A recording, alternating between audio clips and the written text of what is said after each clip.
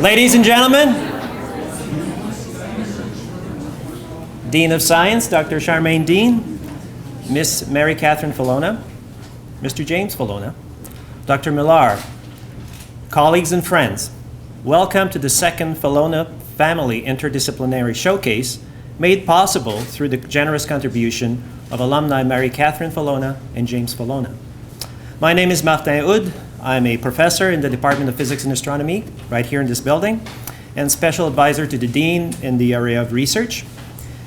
The annual Fallona Family Interdisciplinary Science Award and Showcase is one of Western science's featured events, highlighting the engagement of our community and its research outcomes as we address some of the most important and challenging global issues. Through their support, the Fallona family have ensured that the most outstanding members of the interdisciplinary research community are acknowledged and have the opportunity to share their perspective and process with their peers and friends. And most importantly, with the next generation of research leaders, our students. This afternoon, we have the pleasure of hearing from select graduate students about their respective collaborative research projects. Each of the 13 students chosen to speak today will focus their research into a 3-minute presentation meant to inspire us all. This will be followed by a keynote presentation by our first external award winner, Professor Jocelyn Millar from the University of California, Riverside. And we will also have the opportunity to hear from the Fallona family and share in the delivery of the second annual recipient of the Fallona Family Interdisciplinary Award. At this time, I would like to invite the Dean of Science, Dr. Charmaine Dean, to provide opening remarks.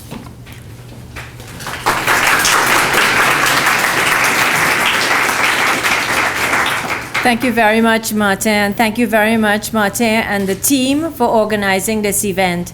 Thanks everyone for coming out today. As Martin said, this year's award winner, this is the second showcase, and this year's award winner is an external recipient.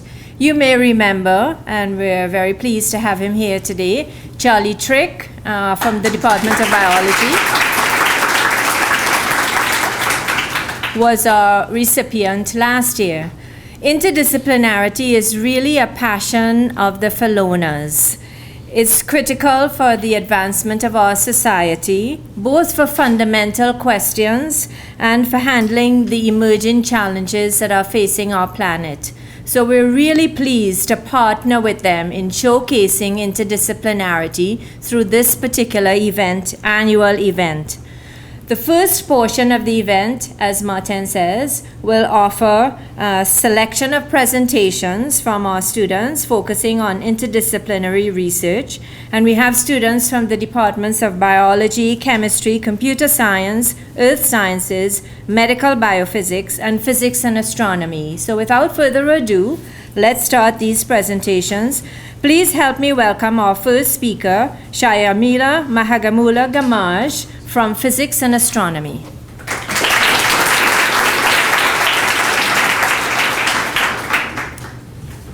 Good afternoon, everyone. So, as you all know, this week in Paris, the world political leaders are meeting to find solutions to one of the biggest problems that Earth is facing right now, climate change. So, one of their main aims to keep the global warming below 2 degrees Celsius. How did they get this number? That's the part of scientists comes. So someone has to do experiments, take measurements for a long period of time and analyze those data for them to make predictions and make decisions for us. So in our group, Purple Crow LiDAR team, we measure atmospheric water vapor. You may ask why you need to measure atmospheric water vapor. I would say 95% of the global warming is happening due to water vapor in the atmosphere. And that makes water vapor the most dominant greenhouse gas. And together with other greenhouse gases, water vapor keeps the Earth's average temperature around 15 degrees Celsius. If we don't have water vapor, that will be around minus 10 degrees Celsius, like winter every day. So how do we measure water vapor in the atmosphere? It's really challenging because the water vapor is really variable. So the most vastly used method is the radio sondes, but the sondes fail taking accurate measurements in higher altitude. So we use light detection and ranging technique that we call LiDAR technique. So a typical LiDAR system consists of a transmitter, which is a laser, and a receiving system with a telescope and set of detectors. So what we do is we send a laser beam vertically to the atmosphere. So beam goes high in the altitude and start to collide with water vapor, dust, and all sorts of air molecules. Once the beam hits with a particle, the light start to scatter. So using a telescope, we collect all the backscattered light. And a set of detectors help to differentiate the energies of the backscattered light. So analyzing those measurements, we could say this is the amount of water vapor in the atmosphere. So we figured out 50% of the atmospheric water vapor is located below 2 kilometers from ground. Not only that, we can also use these water vapor measurements to detect the changes and trends of atmospheric water vapor in long period, and also to develop and test the atmospheric models, and finally, to understand the impacts of global warming and climate change. Thank you.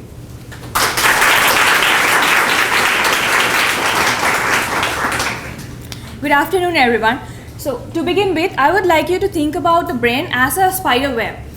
It is delicate, it connects many things, and it reacts instantaneously for the outside events. So what will happen if there are a couple of strands in this web is broken? So the spider will have to reweave those again. And until it does that, the web has to do its thing without the help of the broken strands. So our brain is also something like this, but it is 1,000 times complex than the spider web. If there is an brain injury occurs, then that will damage some structural connections, some neuronal connections, which I call the structural connectivity, and because of that, the brain will not be able to function properly. Therefore, until we find those damaged connections and rewire those connections, as the spider reweave the broken strands, the brain will not be able to function in the normal way. To do this, we have to find the relationship between the structure and the functions of the brain, and that is our primary goal. So to do that, in order to do this, we develop a mathematical model called as the generalized Ising model. And this model is developed starting from the well-known classical Ising model, which explains the interactions between spins in a system. The analogy of the spins in terms of the brain is the activity in spatially separated brain regions.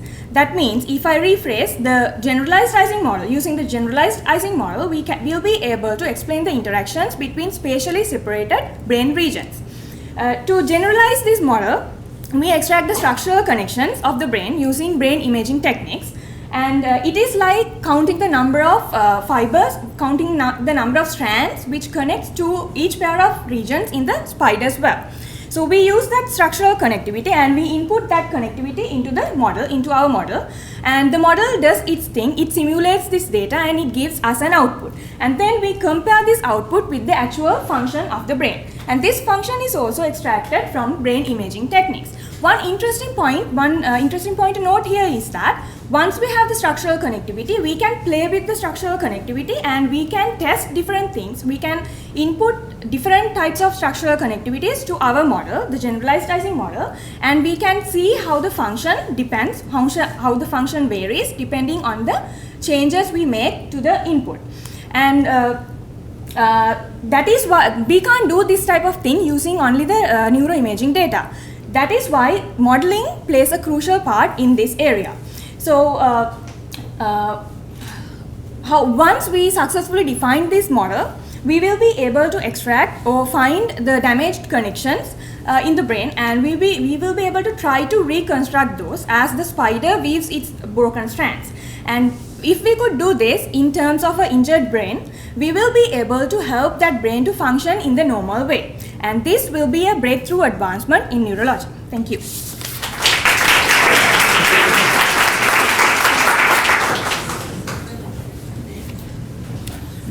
If I ask you when and where the coldest temperature in atmosphere globally, what would be your answer? The answer is during the summer in the mesopause. The mesopause is the altitude between 80 to 85 kilometers. And this cold temperature is one of the signs of climate change. But why is this happening? Because the atmospheric layers are coupled and most of energy and momentum are transferred by waves, including gravity waves and planetary waves that transfer energy and momentum to the middle atmosphere.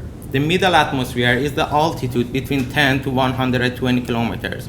And this layer is important for us for several reasons. First, it is easier to detect the climate change in this layer. For example, if the troposphere temperature increases by 0.5 degree, the middle atmosphere temperature can decreases by 4 to 5 degree. But how we measure the temperature at that altitude? Because the airplanes fly at 10 kilometers and the balloons can go up to 30 kilometers. A LiDAR instrument is a better choice. A LiDAR sends a laser beam to the atmosphere and collects information and density as a function of height. And then we can retrieve temperature from density. There are different techniques to retrieve temperature from densities. And it is necessary to evaluate the different techniques to find the most accurate one. The temperature profile here is in London on July 2007, measured by purple LiDAR. The temperature at mesopause is minus 135 degrees. If we have a lot of these profiles, we can produce a temperature climatology. The figures on the right top shows the temperature climatology produced by a purple LiDAR measurement over 25 years. If we have a temperature climatology from different LiDAR sites around the globe, we can detect the climate change and study the atmospheric changes. Thank you.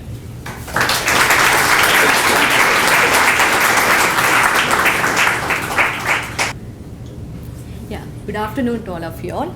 So as we all know, currently the number of cancer patients have increased rapidly due to various reasons. And most of the time, it's unfortunate that it's been detected only during their last stages. So if we can find a method in order to detect cancer in the early stage using inexpensive equipment, not like MRI or CT scans, etc., it will be benefited for both the patients as well as the doctor. So a biosensor is a device in which it can be used to detect cancer in the early stage just using cancer markers. So this is a typical setup of a biosensor which has gold nanoparticles on it. So when the white light is being shown through these gold nanoparticles, the transmitted light can be measured in this spectrometer and we can obtain this absorption spectrum. So in this absorption spectrum, we can see a clear peak in a particular wavelength, which we call the peak wavelength, and that is due to the resonance condition of this gold nanoparticle with the incident light. So this peak, which I say the maximum peak, it's actually a function of the surrounding of this gold nanoparticle. So whenever change occurs in the surrounding of the nanoparticle, maybe a molecule can attach or maybe you can change the environment of the nanoparticle, you will see a shift in the spectrum. So by using this shift only, we can see whether a particular cancer's marker is present or not. So to do that, what we do, first of all, we immobilize this particular cancerous marker's antibody, we call it as a recognition site to this gold nanoparticle, and then we introduce these markers. So when this cancerous marker specifically binds only to this antibody, you will see a shift in this spectrum. So by detecting this shift, we would be able to see whether that particular sample has a cancerous marker or not. So in our devices, we should try to make this shift as high as possible so that the sensitivity would be really high. So in order to do that, most of the current sensors which are used are just transmission-based sensors in which the probing is just done to only spot size. So we are trying to build a waveguide. So waveguide, as you all know, it's a material made of a high refractive index than the surrounding medium, so that light can be guided throughout long length by a process called total internal reflection. So by using a waveguide, we are hoping that the interaction length between the sample and the probing sense would be increased. Therefore, it will increase the sensitivity of this biosensor as well. And there's another drawback which is that these sensors are made of glass.